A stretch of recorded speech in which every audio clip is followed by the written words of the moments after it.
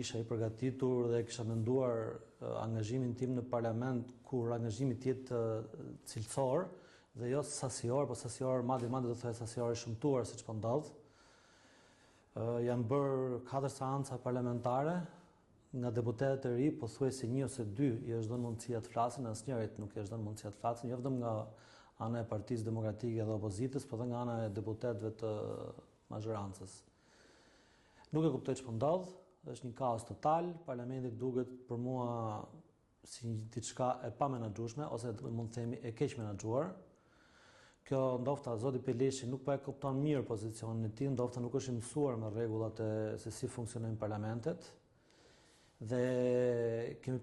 pasur boll episode që nuk unë mendoj që janë të pa tolerueshme për demokracinë. Duke filluar që nga episodi i parë kur zoti Rama kryeministri do të prezantonte programin e qeverisë dhe një seancë që zgjati vetëm 7 ose 12 minuta në mos gabofsha dhe u mbyll në mënyrë arbitrare, por një debat që mund të kishte njëri nga deputetët e opozitës me një nga deputetët e pozitës. Parlamenti ka rregulla, mund dalin nga salla të 2 deputetët që shkaktuan debatin dhe të tjerët kanë drejt vazhdojnë të dëgjojnë programin